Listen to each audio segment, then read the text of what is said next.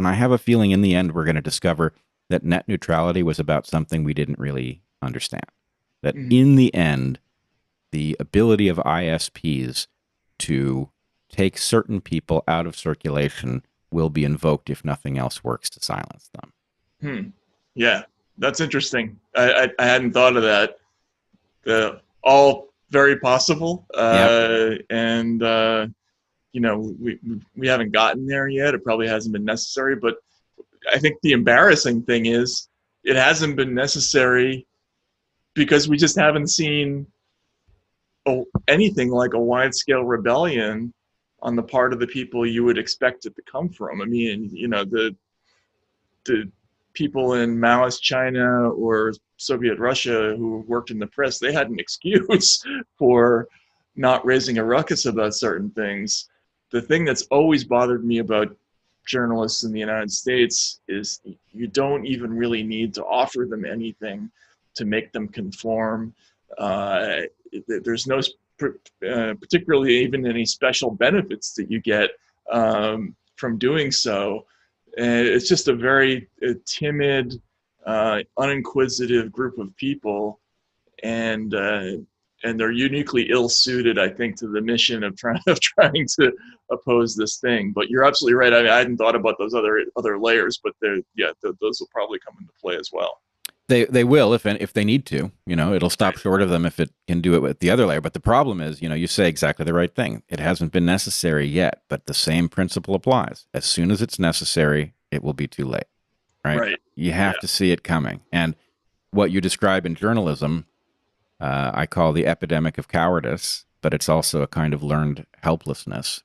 And that's exactly what I saw in academia. And I think the problem is it's civilization wide, that our developmental environment has cultivated these weaknesses and now they are being exploited.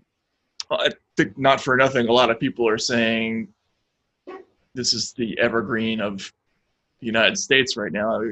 Your story is kind of the great metaphor for all of this stuff. Um, and I remember, if I remember correctly, there was that initial vote, where you objected to that one provision where I guess they were asking you to put down on paper your thoughts about equity, diversity, and inclusion, or something like that, right? No, it was to reflect on our own Reflect. progress relative to our internal racism annually in a document that was then going to go into our file.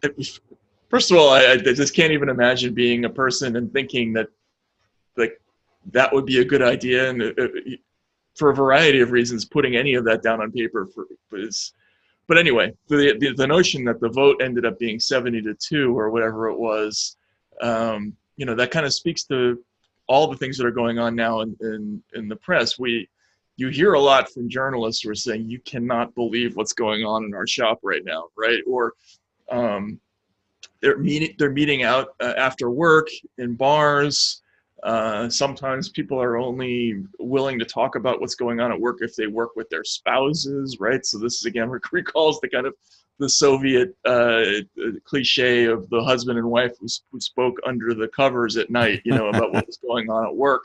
That stuff's going on in this business now, and yeah, I mean that the problem is that people keep thinking that it's not going to come for them, that if they just go along, that eventually like they'll get to keep their job, and you know it's not going to be a problem, but it eventually it does. It sniffs you out, and people are mistaken if they think they're not going to end up having to collide with it at some point or another.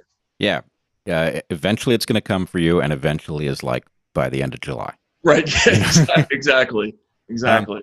so here's the thing. You're right. You can imagine how many people are telling me, my God, we're all evergreen now, right? It's like, okay, yes, you are. Now, can we go the next step? And it's like, I want to just emblazon the word extrapolate, right, Hmm. on something that I can hold in front of people, because the point is, okay, if this is evergreen, and it is, I mean, the parallel is almost too close to believe, right? If this is evergreen, what happens next? I mean, first of all, look at Evergreen, right? Evergreen is a failing college. It has a quarter of the students it's supposed to have. It has no plan going forward.